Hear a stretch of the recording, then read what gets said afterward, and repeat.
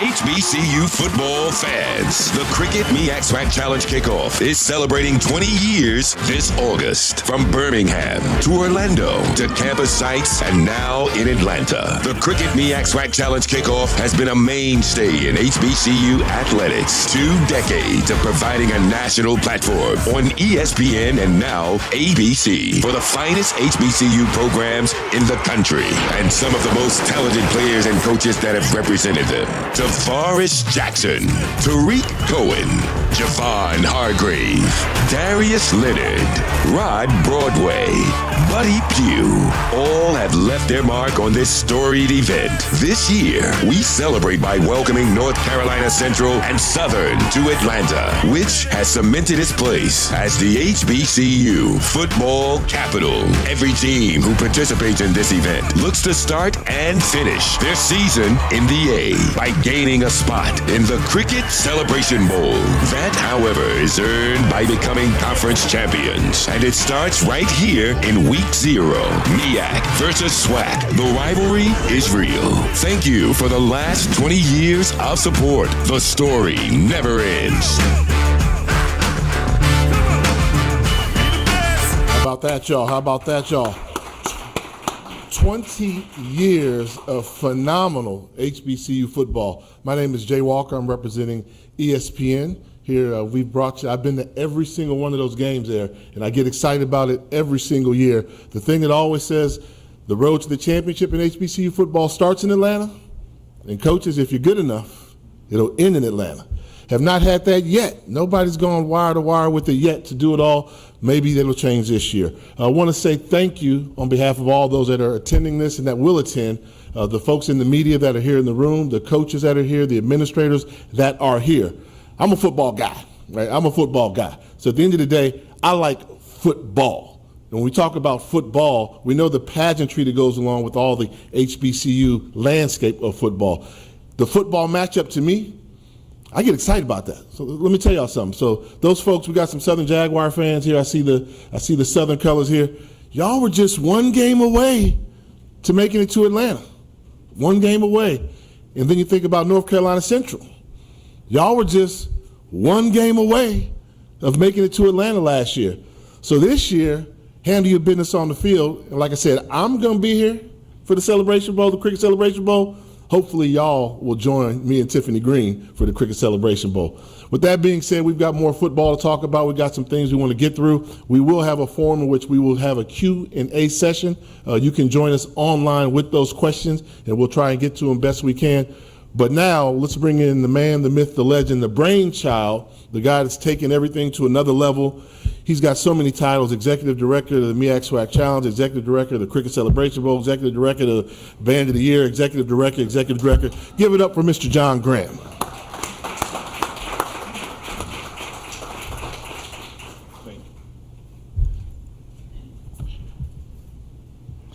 Good morning, ladies and gentlemen, esteemed guests, and college football enthusiasts. Today we gather to celebrate a remarkable journey that began 2 decades ago with the inception of the MEAC SWAC Challenge, a game that has carved its niche in the landscape of college football.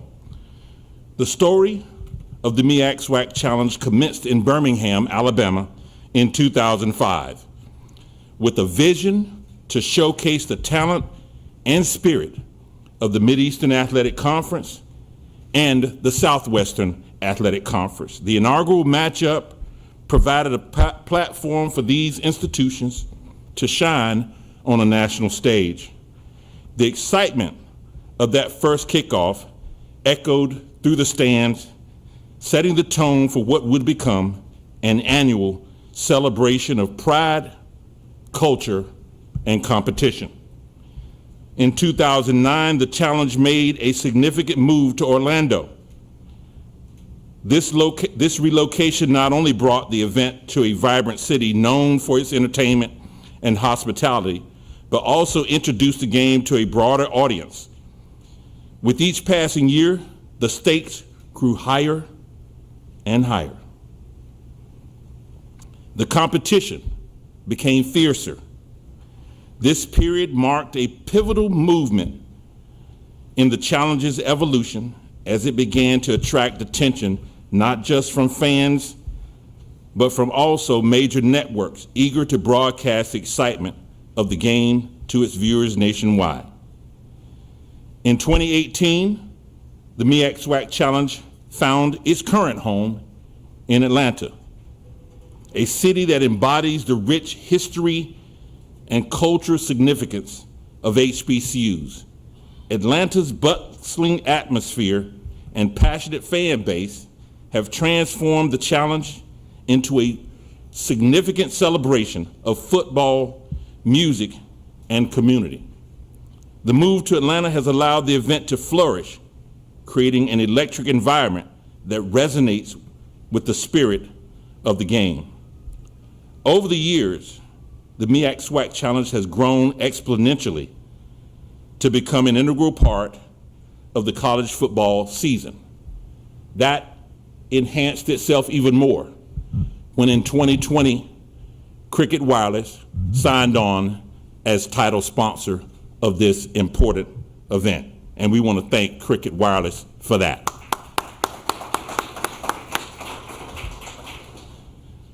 You know, the importance of this game lies not only in the thrilling matchups, and boy, do we have a matchup this year, that takes place on the field, but also in the way it brings together alumni, students, and the fans from across the country.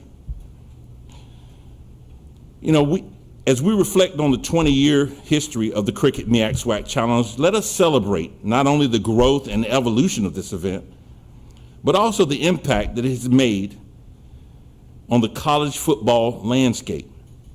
It stands as a symbol of pride for HBCUs and a reminder of the importance of diversity and representation in sports.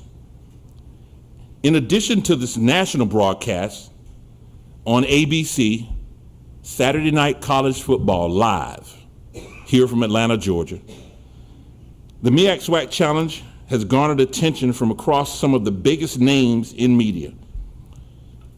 We've hosted College Game Day, Good Morning America, ESPN's First Take, and College Football Live right here at Center Parc Stadium. Today, the elevated profiles of this event showcasing the significance of HBCU football is on one of HBCU football's, and not just HBCU football, but college football's grandest stage.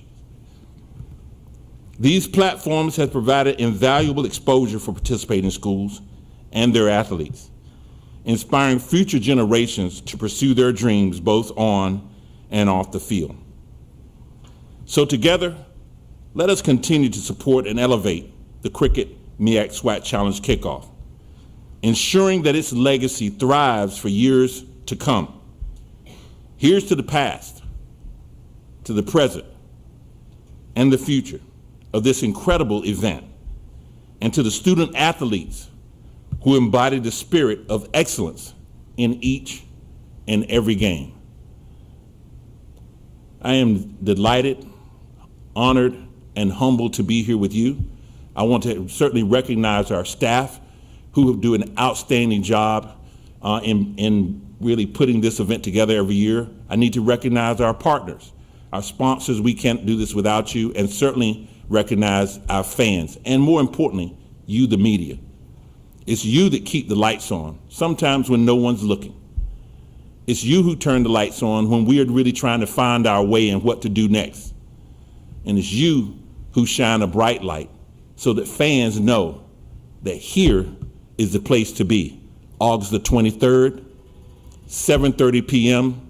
And if you can't make it, tune in on ABC. Thank you so much. Now with that, I'd like to bring two important people to us. I'd like to first introduce the athletic director from North Carolina Central University, Mr. Skip Perkins, to bring a few remarks. And following him will be the athletic director from Southern University, Mr. Roman Banks.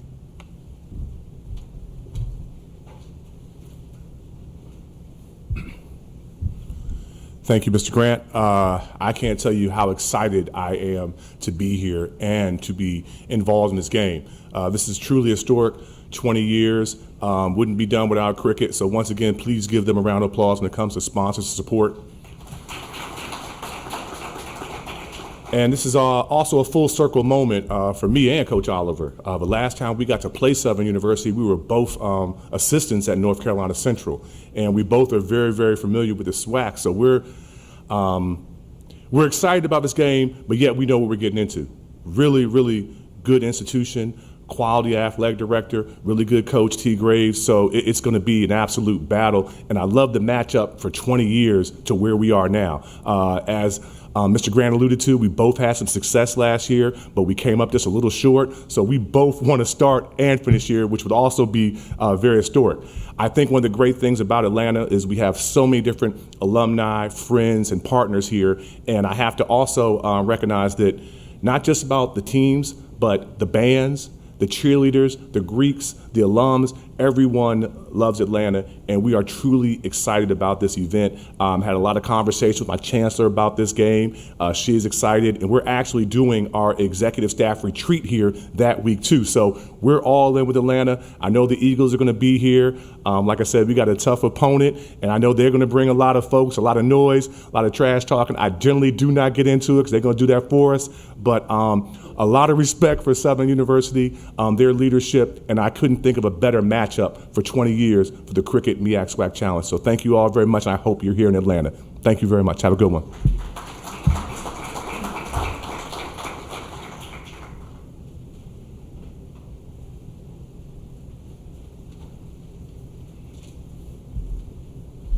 Good morning.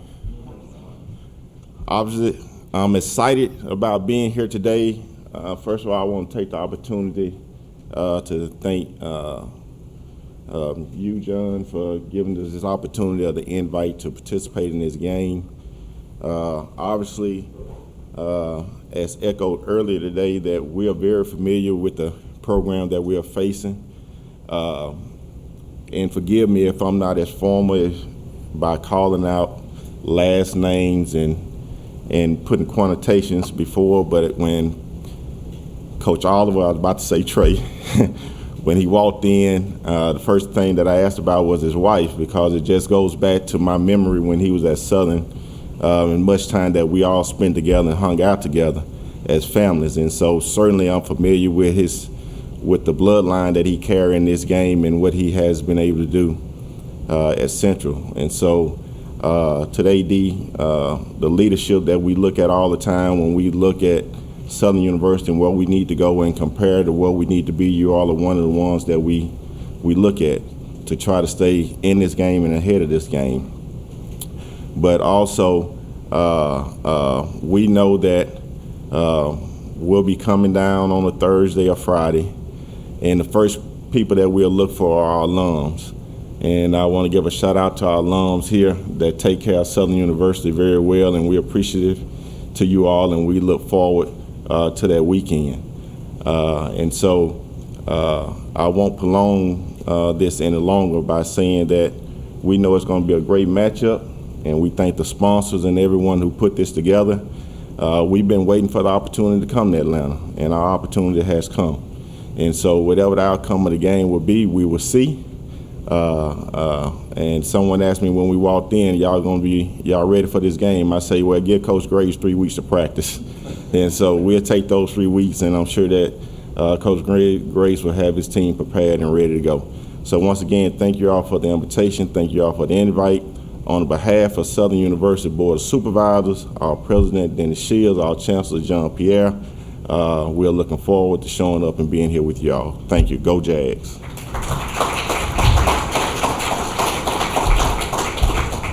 And now I'd like to bring forward Ms. Cindy Rozier, a friend and someone who has been a major supporter of us, Assistant Vice President for Marketing with Cricket Wireless. Cindy.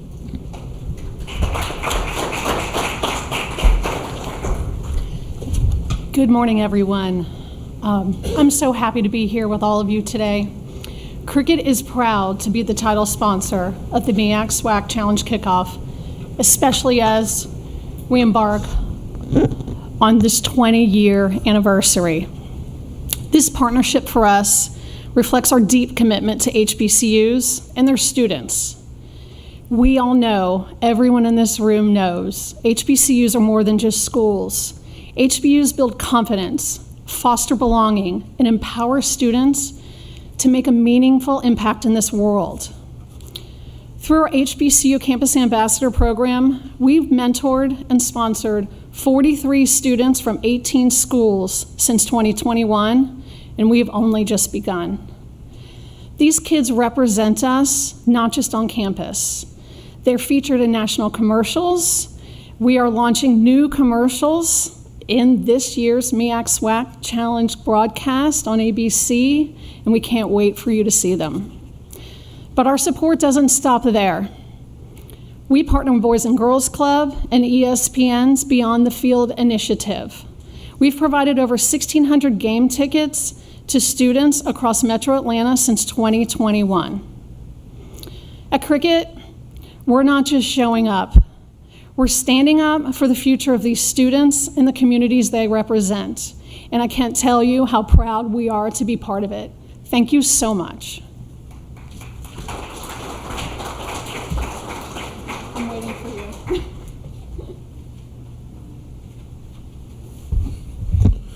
you. Thank you, Cindy, and thank you, Cricket, for all that you all do to support these initiatives. Football folks, y'all ready? Yeah. I said, football folks, are y'all ready?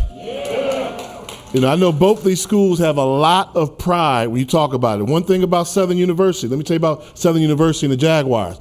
You know what their record is in the MEAC SWAC Challenge? 3-0, undefeated in the MEAC SWAC Challenge. So they represent the SWAC very well. Give it up for yourself, Jaguars. North Carolina Central. North Carolina Central's got a storied success, and more importantly, out of these two institutions, they're the most recent ones to win the HBCU National Championship with Trey Oliver and his job getting it done in 2023. So from the football standpoint they're all there. I just did the SWAC Media Day. Southern University projected to finish #1 in the SWAC West. That means they're a step away if all things play out. We're gonna have the MEAC Media Day is gonna take place next week, and I'm guessing North Carolina Central is gonna be somewhere #1 or 2 there. So for the football portion of me, I love this. And we got 2 schools that are gonna leave it on the line. They're gonna be very competitive. You know, I remember when the day started in the MEAC SWAC Challenge, it was kind of one-sided, because I think one conference, they'll go nameless, one conference was trying to get participation trophies, and another conference was trying to win.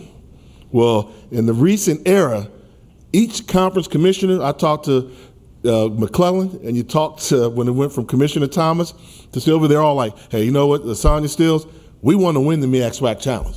So the pressure is on both of these. But good thing about my job, I'm undefeated.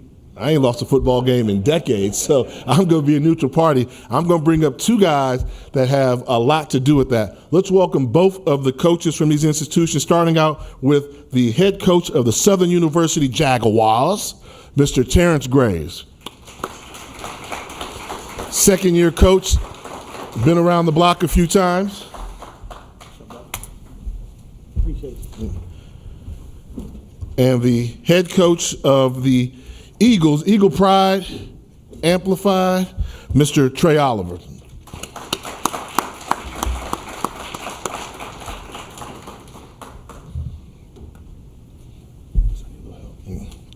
You don't need no help. So folks, we'll do this before I turn it over to the Q&As and we get into the details of it all. I will let you give an opening statement. Now, you know me.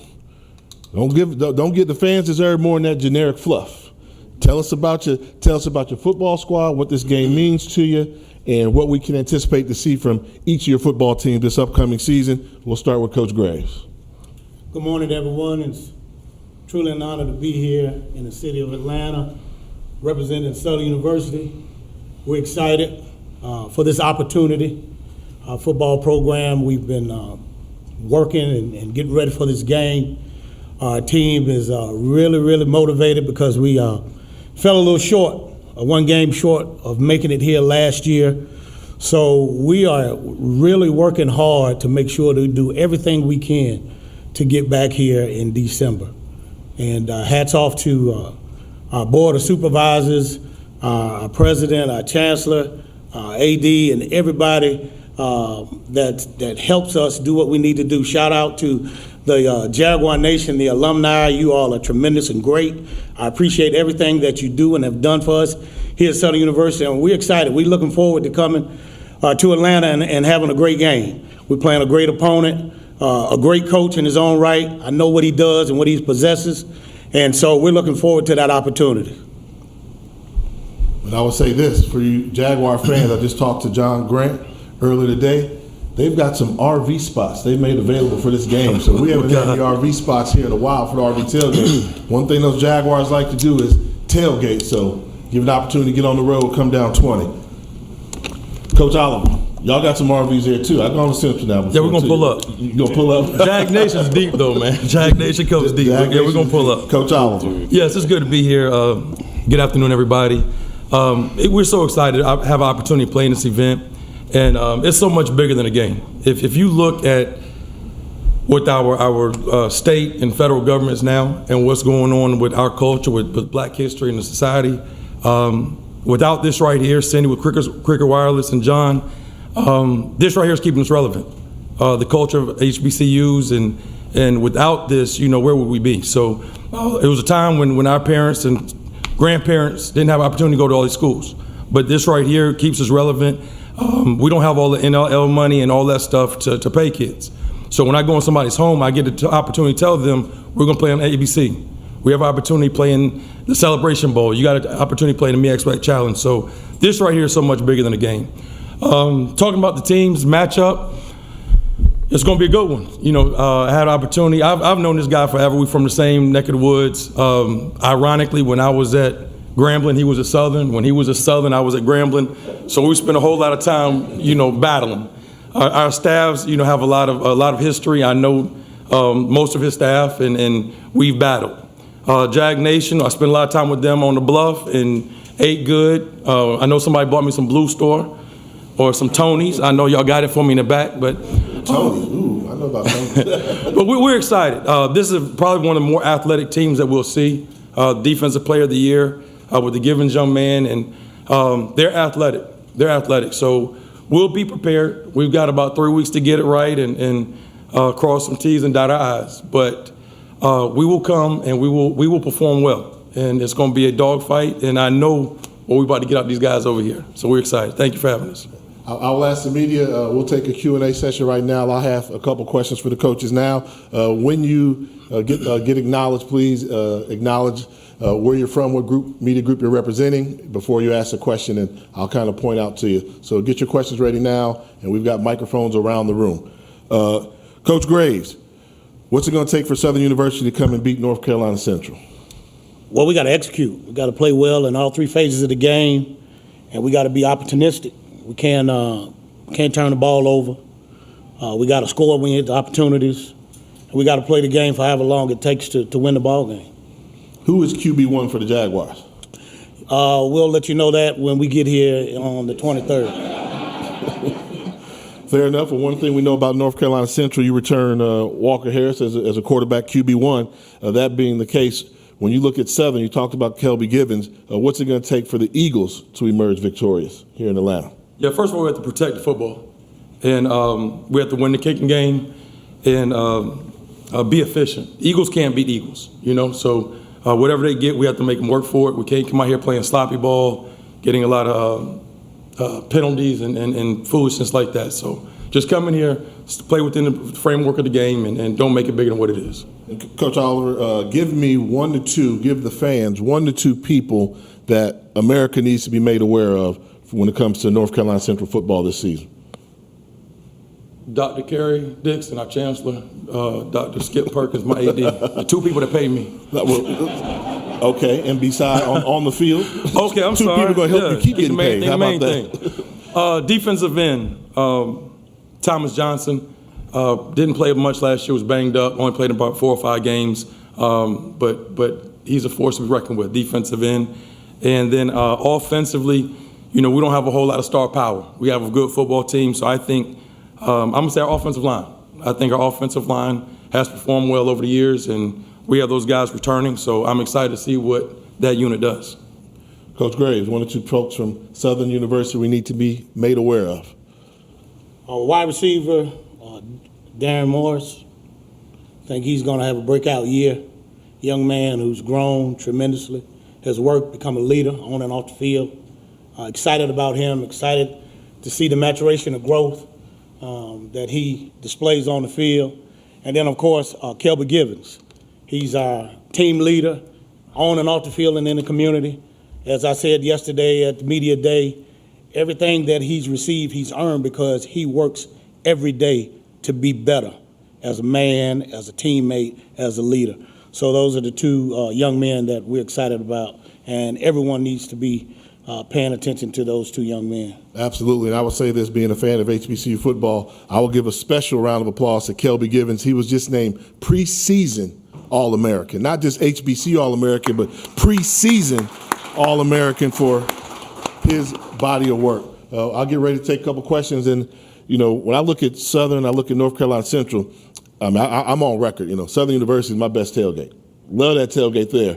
I mean, you love it. But then I go to North Carolina. Y'all kind of hit me to that North Carolina barbecue. It had to grow on me. The vinegar had to grow on me there. So they do a good job. So we'll bring it all together. We'll kind of put it in the mesh pot when we get down here. Questions from the audience now. I'll start off with the young man in the hat there wearing the bush. You got the MEAC shirt on? Okay. Myself today, but I do have it in the bag. I have it for a Tuesday when I go to the media. See, I called you first to see if you're going to follow protocol, so let's be a good leader, doctor. Yeah, I'm just answering his question. I am Dr. Cavill. I represent Dr. Cavill's inside the HBCU Sports Lab. So since Trey, you got me in trouble, I'm going to go to you and ask you this question. I want to stay off the field a little bit on the academic side. You and your football team and all those involved scored 1,000. Perfect score essentially for APR, which talks about the academic progress. For those that may not realize that, it's rare that you have in any sport, in particular football. So I want to know what are some of the ingredients that you put together to make that possible, such that the athletes can later perform on the field. Yeah, thank you for the question. I think this past year there were 5 teams that did have a perfect score. We were the first HBCU to be able to accomplish that task. It starts with recruiting, and our motto is culture over scheme. It's about the young men that you recruit. It's so much more than that huddle film that you see. So we look at the guys academically, and we can teach them how to play football, but are they college student athletes? So once they get in, our academic support staff does an unbelievable job. We meet with them every Thursday, go through our at-risk guys, and coaches are in the meeting texting about the assignments they have coming up. And it was a team effort between our academic support staff, Quadra Steele and his folks, and our coaches, and obviously the players. And now that they challenge each other. Our team's GPA is over 3.0, and when we can just worry about football and not chasing kids around, worry about them going to class, and everybody's eligible coming into summer school for the past 3 years. We don't use summer school to try to get eligible. We use it to get ahead. So a bunch of our guys are graduating, and they're going to graduate school their senior year. So that right there to me is a bigger accomplishment than winning a championship. Let's go with Ms. Keisha. Use the microphone so we can hear on the screen. Thank you. Keisha J. Kelly, Black College Experience. This question is for Coach Oliver. It's good to see you. My question is, you've been here before in 2018 and 2021, so you know what it takes to play under the big lights. How are you keeping those guys confident without them being so overexposed to the bright lights on a Saturday night? Yes, ma'am. 21, I was here. We played Alcorn. 18, I was on the Bluff with Jag Nation. So the big thing is we understand what's at stake, and we understand there's going to be a lot of eyes on us. But we don't make it bigger than what it is. This game is just like any other game. Our routine, our schedule, nothing changes. We don't practice any longer, any harder, anything like that. We have a routine that we follow. And we don't apply any added pressure to our young men. But they do know what's at stake, and they know how big of a game this is. So they'll be excited, and we just can't come out here and let the lights, I guess, get us concerned or worried. Let me follow up on that question and ask Coach Graves this question. You know, we know how much Southern University means to you, and it's a job you always wanted, and you've been there in so many capacities. You've coached Bayou Classics, both squads. You've been around the block. What will your message be to your team about staying focused in this game, and what does it mean to y'all to have this opportunity? For us, you know, we talk about living in the precious present. It's football.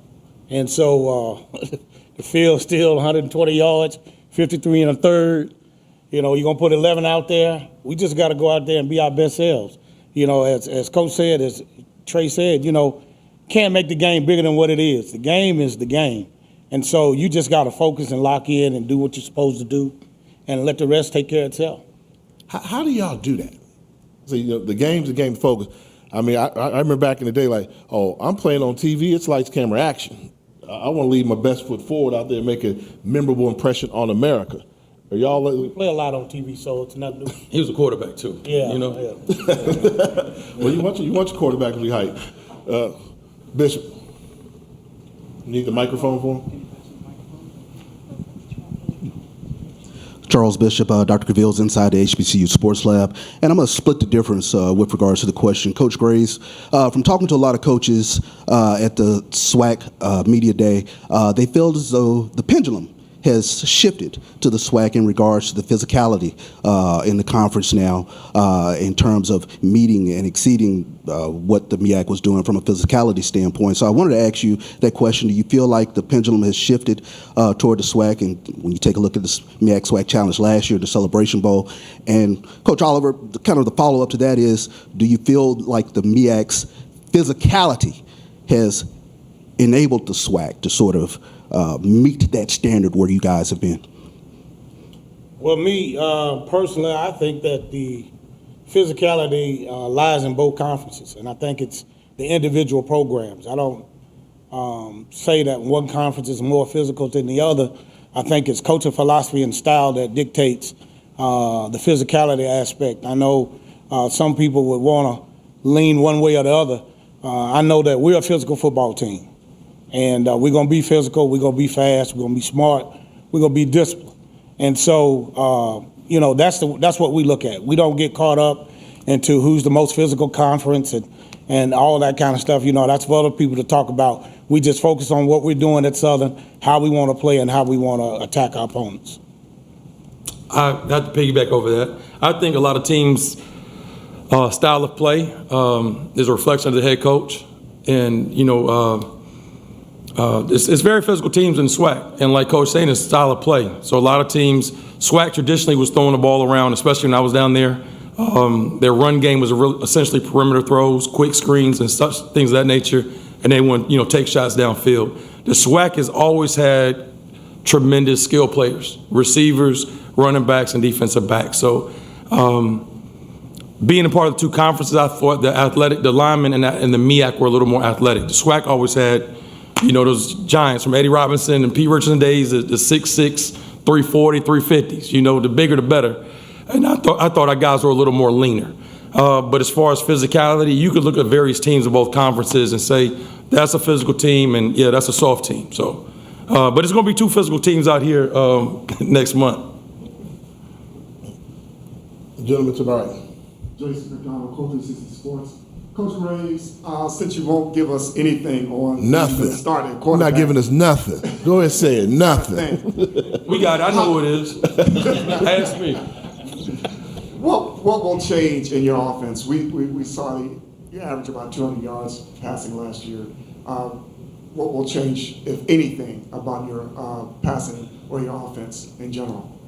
I think the offense will be a lot more efficient simply because this will be the second year with our offensive coordinator. I think last year was a transition year. You know, we had two redshirt freshman quarterbacks and a junior that didn't play a lot. So we had to do some things. We had to do the things that helped those guys out specifically to help our team out. But make no mistake about it. I'm the type of coach, and my philosophy is we're going to do whatever we need to do to win the football game. So I don't have a scheme or a philosophy that we're going to throw the ball 50 times, we're going to run it 50 times. Whatever it takes to win the football game, that's what we do. So, you know, when you look at the stats, and you're trying to say, you know, you're looking to see if we're going to throw for 500 yards. You know, if we can run the football, we're going to run the football. And if we have to throw the football, we'll throw the football. So we're a balanced attack, but we're going to always do whatever we need to do to win the football game and put ourselves in position to win the football game. Right here behind. To my left? Right here. Yes. Jamie Walker, HBCU Wired. This is Coach Oliver. You've had a lot of staff losses over in the offseason. Talk about how the new staff have come in and kind of infused your message and the culture of Eagle football. Well, you said it right there. It's about the culture. And, you know, you're going to have turnover. I think when you've been successful, folks are going to come poach your players and coaches. So, yes, we did lose 4 coaches this offseason, and we won't skip a beat. You know, it's about the culture. So as long as you hire good people, football is football. So they'll come in, they see my vision, they follow my vision, and you know, we pick up where we left off. But I don't foresee that being an issue at all. That wasn't a concern at all for me. And speaking of coaching, you know, North Carolina Central legend Davius Pee Wee Richard has now joined your coaching staff. How's he been as a coach, first-time coach? We know what he did on the football field. He was legendary. How's his transition going into coaching? I mean, outstanding. He's a very smart young man, and you know, all y'all have seen Pee Wee, Davius Richard, and he did so much for our university and put us on a national stage. And he had an opportunity to leave. People tried to come get him and pay him a whole lot of money. And he stayed committed to me and our program. And so when, you know, we talk about the recruiting process and what we're going to do and we're going to take care of you, take care of you. You know, a lot of folks say that, but at the end of the day, like, that kid got hurt and had to medically retire and whatever, but had to medically retire. And at some point we had to take care of him. So I ended up hiring him, giving him a full-time job. He's coaching my quarterbacks, and I think that was the least I could do. But he's doing an outstanding job, quarterback coach. He was just in the room last year with the guys playing and running wind sprints with him. Now he's in there coaching and yelling at them. So he's a good one. And hats off to you, Coach Graves, for keeping Kelby Givens. I'm sure that wasn't an easy task, but hats off to Kelby Givens for staying. Let's go to the right side of the room. Yes, sir. Ducey Hathaway for HBCU Original. Coaches, greetings. In the last 5 years, who of the Eagles and Jaguars has had a better record statistically, and how will these statistics determine the trajectory of players' performance this season? You ain't look at that? I mean, I'm going to start. Put your hands up. I'm just saying, that's a national championship ring right there, right? Ain't no shot. I'm saying you got Google, right? I don't know what their record's been over the last 5 years, and I'm sure Coach probably don't know what my record's been over the last 5 years. What was the second part of that question? I said, how will these statistics determine the trajectory of the player's performance in this season? Well, I'll answer it this way. Those stats don't dictate what we do in 2025 because these players have to play this year. What they did in 24, 23, 22, 21, and 20 does not matter in 2025. So stats tell the story, have a historical background, but it doesn't dictate what's going to happen in the future. So we'll see. Yeah, definitely. Last year was last year, whatever was whatever, but that's why your windshield's bigger than the rearview mirror. You know what I'm saying? You got to stay focused on the road ahead, not behind you. And Coach Graves, you kind of made the history books. What's it like to be the only person, I think you're the only person to ever win the Bayou Classic as a head coach for Grambling and Southern? Yeah, you know, it's truly a blessing. You know, God has a sense of humor because, you know, I never imagined, you know, when that situation happened when I was up north, I had the opportunity to lead that school to a victory. Whoa. And then I keep hearing you say up north, yeah. And then that school. So now that you become the head coach of another school, you can't mention that school by name. Well, you know, my dad taught me a long time ago, you're loyal to the people that pay your bills. So Southern University, where I am now, I had the opportunity to win the Bayou Classic as the interim head coach. And, you know, it was 2 years apart. It was the 48th and the 50th. And it's a tremendous blessing because to have that opportunity to take a team for 2 weeks on both sides and prepare them to go out and execute and win. Really hats off to those players and those assistant coaches who really believed in what we were trying to instill in those guys. And so to have that honor, I don't take that lightly, and I'm truly blessed and fortunate to have that distinction. Yeah, I know somewhere up above, A.W. Mumford and Eddie Robinson, like, what? How did we let that happen? How did we let that happen? Question on the left side, yes. Hello. Dr. Jerome Dorn in the House Media. Okay, what message do you hope your athletes take from participating in such a high-profile game, and as a coach in the game that celebrates HBCU traditions, and like, how do you feel about that? I know my guys are going to cherish the opportunity in the moment. I mean, this is a great opportunity. You look at other FCS programs and other FCS conferences, they're not doing this. And I say it all the time, like what we're doing, what John is doing, they're not doing this across the street.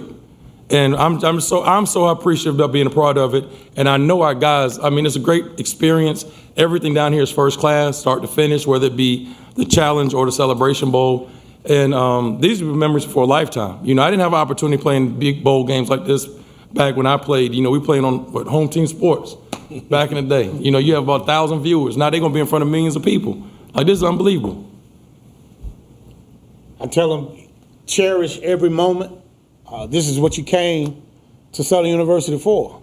And the guys, we talk about it every day. We talk about it all the time, so it's nothing new for us. This is just another nugget that you can take in life and go forward and talk to your children and your grandchildren and everybody else's children about the experience. I've had an opportunity to coach in the Challenge. I've had an opportunity to coach in the Celebration Bowls. And so, again, playing on a national stage with the only show in town, you can't ask for a better situation, and they're definitely going to make the most of this moment. What are some of the things that you take away from, both of y'all have coached in this and been around this game, what are some of your best memories that you've taken away from your previous times in playing in this game? Winning.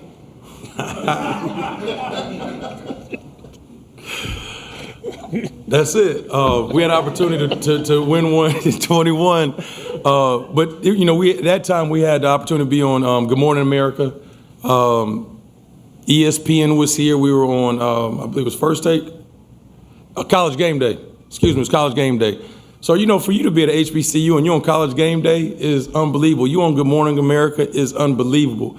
My folks here at Georgia State wanted to shut that thing down because they couldn't be a part of it.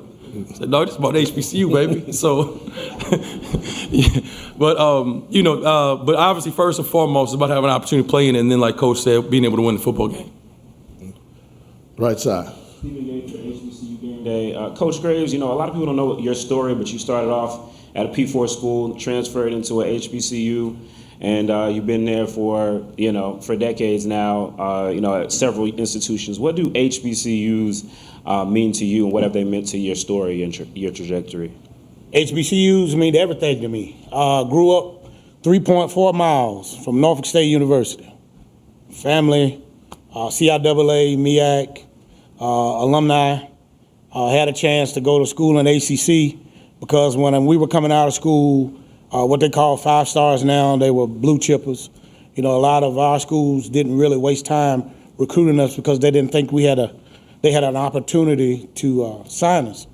So went to that school and things didn't work out the way I felt like they should work. So I knew then I had other opportunities to go other schools, and I knew where I was headed, and I knew I was going back to the HBCU. So I went, played under legendary Coach Pete Richardson at Winston-Salem State, had a successful career there. Started coaching there at Winston-Salem State. Coach left after my senior year, came to Southern. Coach didn't ask me to come to Baton Rouge. He told me I was coming to Baton Rouge. I was a grown man. He didn't care. Told me I was coming. I was a GA. I walked in his office in the spring of January '95. Walked out as the linebackers coach. Spent 16 years on the Bluff. Elevated from a GA to defensive coordinator. Then I coached at a couple other schools in the conference. It's been 31 years in the SWAC, and I've had opportunities, and I tell people this all the time. I think sometimes when it comes to HBCU coaches, they like to put a negative stain on us. Most of us are at HBCUs because we choose to be. I've had opportunities to coach in the SEC, had opportunities to coach in the NFL, had opportunities to coach in the Big Ten, but this is where my heart is. And if our best and our brightest are here to help our best and our brightest, then we win. So it's not, I want to say that a lot of times they think that we can't go anywhere else, but we choose to be here. And I chose to make my career here in HBCUs, and I don't regret it at one bit. Let me ask this question. We have another question, but it's on my mind. So I'm looking at the MEAC, I'm looking at the SWAC. This SWAC Media Day, you got Terrell Buckley that's going to coach at Mississippi Valley State. You got Sam Shade, coach at Alabama A&M, former NFL players. In the MEAC, some of the headlines are you got Michael Vick and Deshaun Jackson coaching. Your thoughts on the NFL guys coming and coaching in HBCU football? Yeah, I was going to make it tight on y'all. You want to do a coin flip? We got to answer first? No, we good. I think it's good that these guys can help bring some exposure, and I think at certain universities, obviously financially, there'll be some type of impact with that. But there are a lot of really good football coaches out there that I think they're kind of getting overlooked, and it's their time. But it'll be good for those guys to come in here and bring our ratings up and hopefully bring more money to the conference and everything like that. But they're gonna have some work to do because it's not sweet now in both conferences. Piggyback off of Trey, each institution, they have the right to hire who they deem necessary to lead their programs. I'm grateful that Southern University gave me the opportunity as I went through the ranks and worked my way there, and I'm fortunate. And again, as Trey said, there are a lot of good coaches who put the time in, the work, and all they need is the opportunity. Now, of course, it helps us exposure-wise. Those guys have the notoriety, but again, as Trey said, it's going. We're not going to lay down. You're going to have to. You have to earn it. And the thing about it, to whom much is given, much is required. So, we're not just because we came up through the ranks. We ain't taking a back seat to nobody. Okay. Question. Good morning, Mr. Walker. Good morning, coaches. I'm glad to see you made it safely. My name is Deshaun Miner. I'm with College Football Nation. I wanted to know, throughout this offseason that's been tumultuous, there's been a lot of changes, whether it's coaching staffs, players coming in and out. Can you point to each individually moments throughout this year so far that has brought your team closer? And you could tell to the media little nuggets that we wouldn't have known. I would say this time last year, unfortunately, we lost a student athlete in a car accident, and it really broke our program down. It was really rough, and great kid, great personality, great smile, unbelievable young man. And it took a lot for us to bounce back after that. Then from there, obviously we're going to the season transition and there, up and down season. I thought we had a good season, but, in our conference, if you lose one game, you're not going to the Celebration Bowl. So we played, had a bad first half against South Carolina State, tried to fight back late and ran out of time. So obviously I was a heartbreaker, finished the season strong, and then we had the off-season success academically and things we've been able to accomplish off the field, whether it be community service and things of that nature. So, with anything else, it's like a roller coaster. You have your ups and downs, but you have to persevere. And as a leader of the program, I can't hang my head and pout and mope. We got to keep moving, putting one foot in front of the other. And I think our guys have been resilient and have done the same. One of the best men, one of the best college football players that God ever created, by the name of Sean Wallace. Sean Wallace is a SWAC, HBCU college football legend. And he was my safeties coach. And in the fall, he was diagnosed with stage 4 pancreatic cancer. And to watch him and watch his faith and watch the resilience of a man that would leave chemotherapy to come to practice, never miss a beat, to travel a certain way. He'd have to ride, couldn't ride with the team. To watch him be there and be a stalwart for our team, you know, that was a tremendous thing. And then, of course, this spring he passed away, and that was a tremendous blow to the Southern University family. But his strength and his resilience has really strengthened our football team. And we don't leave the field, we don't leave a meeting, we don't ever leave anything without saying forever Sean Strong, because he was Sean Strong. And in life, as Trey said, life is going to come and go, things are going to happen, but we're a team of faith. And so to have that, I think that has really helped strengthen our team, be the best on, off the field, and in the community. I'll say that R.I.P. Sean Wallace. For those of y'all who don't remember Sean Wallace, he was like the honey badger before the honey badger. In Southern University, did it all, was an absolute great football player and became an even greater human being. We're going to go with our last question. I think, was it Ms. Keisha, you had the last question? Come on. Oh, I'm sorry, did I miss? Oh, okay. George Sedbury, social media guy. You're bringing two amazing marching bands with you, the Sound Machine and the Human Jukebox. How important have those marching bands been to the success of your team's culture, and who do you think is going to win the fifth quarter?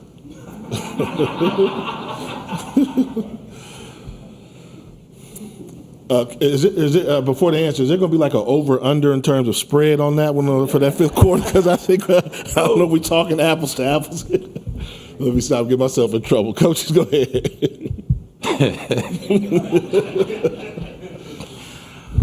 Say that again. What was the question again, George? You messed me up.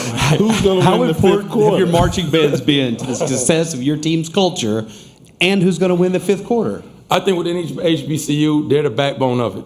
Especially at the house, when you're at home, when the band gets to cranking, you know, the guys, they turn it up a notch. And I've been in the SWAC, and the SWAC, they do it now. Them bands, it's going to be 100 tubas lined up, and they're going to be blowing. Yeah, so before we played Jackson State in the Celebration Bowl, our band, they must have practiced 18 hours a day. I told them good luck. But I will say this. I've been so impressed with how our band has increased their numbers. We've grown a whole lot over the past 2 years. And they're excited about coming out here for a challenge. And I know it's going to be a challenge because I've been down the bluff and they start cranking that thing.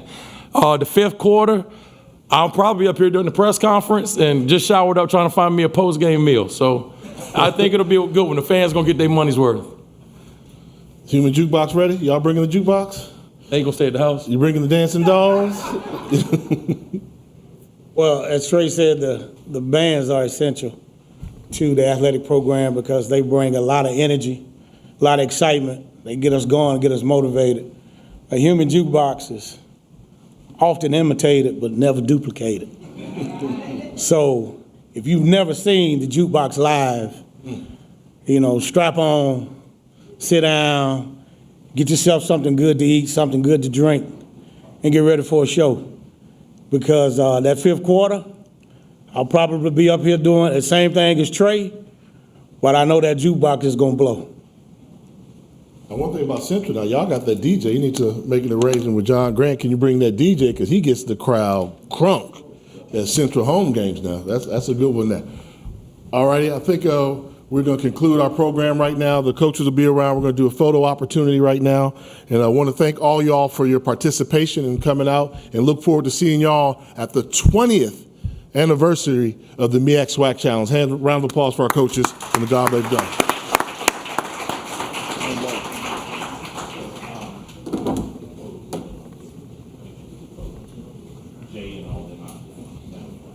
Football is back in the the ATL with the Cricket MEAC SWAC Challenge Kickoff. Representing the MEAC, North Carolina Central, and representing the SWAC, Southern, Eagles, Jaguars, the Marching Sound Machine, the Human Jukebox. The kickoff trophy is up for grabs, and bragging rights are on the line. The rivalry is real. Bring the family and join us pre-game for the fun-filled Coca-Cola fan experience, including band jamborees, food, activations, and fellowship. For tickets and information, visit MEACSWACChallenge.com.